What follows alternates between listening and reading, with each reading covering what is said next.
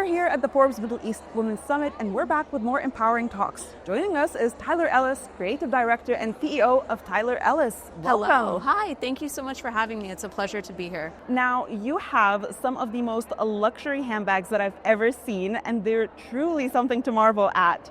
You're a creative director, and you're balancing something that's very interesting. You're balancing timeless elegance with modern innovation in your designs. How do you do it?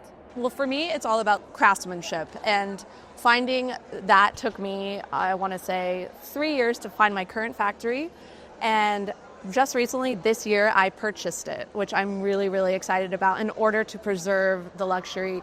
My atelier, as I like to call it, is very different than the modern factories, where it's more like an assembly line and everyone goes and they just paint the edges or do the stitching. My team works together, and that's how we're able to create such artisanal, I call them little works of art, which I really believe they are.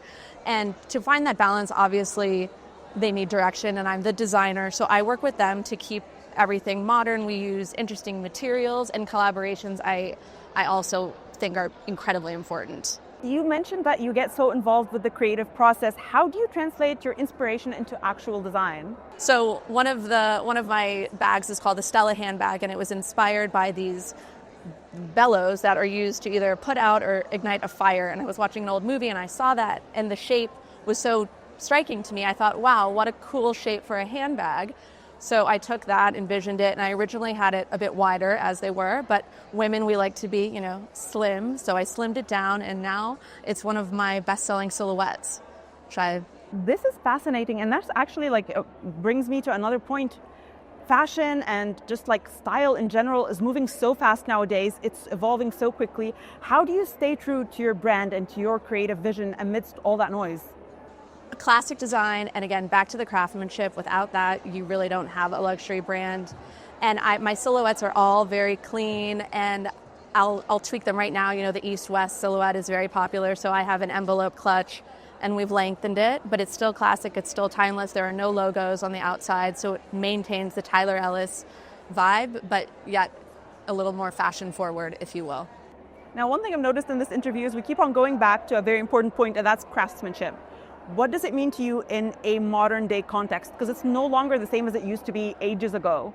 That is 100% correct. And as I was mentioning earlier, preserving these ateliers and that craftsmanship is such an important piece of the puzzle. And so few companies are doing it. And it's fast fashion. It's the next thing onto the next thing. But the pieces you buy, luxury pieces, are investments. So yes, they might be a little more expensive, but I like to say costly, because you're paying for the craftsmanship. You're paying for the quality, and it will last you a lifetime, and you can pass them on. They're also the timelessness, they'll remain relevant for years to come. Now, I have to ask you, as a female business leader now, when did you realize you made it? When did you feel like, yes, Tyler Ellis is good, it has its footing in the industry? So a few years back, we received an email from Anna Wintour's office, and I don't advertise anywhere, and they were requesting bags for Met Gala for herself and her team.